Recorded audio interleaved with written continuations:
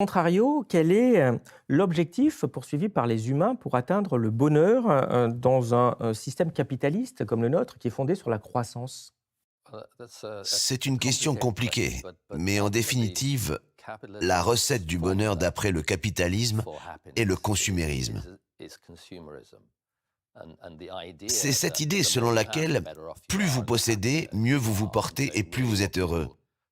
De ce fait, ce à quoi les gens aspirent et ce à quoi on les encourage à aspirer est de posséder plus de choses, plus de biens matériels pour satisfaire leurs besoins insatiables. Et lorsqu'ils les ont déjà, ils en veulent encore plus. Ils veulent plus de nourriture, plus de maisons plus grandes, des voitures plus rapides, une appréciation de leur propre appréhension de la technologie à travers les dernières nouveautés technologiques. Le fait de se débarrasser du vieux en faveur du neuf, du brillant, cet objectif scintillant de la richesse matérielle presque illimitée. Voilà ce que nous offre le capitalisme et cela encourage les gens dans cette idée que posséder davantage les rendra heureux. Et c'est efficace pour diverses raisons en vérité. Après tout, ce n'est pas illogique. Il est évident que si vous n'avez pas assez à manger, vous ne pouvez en aucun cas vous considérer comme prospère. Mais d'un autre côté, même avec quelque chose d'aussi basique que la nourriture, il arrive un moment où vous pouvez en avoir trop. Pourtant, pour le capitalisme, ça ne peut pas être le cas. Il y a toujours cette impression, ce leitmotiv de l'insatiabilité, cette appréciation de nos appétits d'humains comme étant insatiables. Et cette croyance que la façon de satisfaire ces appétits est de continuer à les satisfaire indéfiniment, ce qui constitue la route vers le bonheur. Cela vaut la peine de dire que c'est une promesse illusoire, fourbe, parce que ce que le capitalisme nous promet est qu'en achetant toujours plus, nous pouvons parvenir au bonheur. Mais si c'était vrai, s'il était vrai qu'un jour un achat en particulier nous fera franchir le seuil du bonheur, alors le système cesserait en quelque sorte de fonctionner, parce que nous serions enfin débarrassés de cet appétit insatiable. Donc, tout en nous persuadant que ces biens matériels finiront par nous satisfaire, le système doit veiller à ce que ça ne soit pas le cas. Ainsi, d'une façon étrange, ce que le capitalisme nous vend n'est pas le bonheur, mais bien l'insatisfaction. Et cette insatisfaction est structurelle.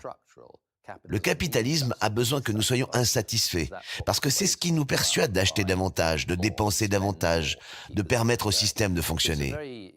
Ainsi, psychologiquement, c'est un système dysfonctionnel. En termes plus économiques, ce système se sert en quelque sorte de notre désir de bonheur et le transforme en une sorte de machine à consommer. Et quand on vous écoute, on se dit finalement que la croissance, c'est aussi une affaire de psychologie? C'est une affaire complètement psychologique. J'ai passé 3 ans à examiner la psychologie sociale liée à la consommation durable et à mettre à jour à quel point notre addiction aux biens matériels,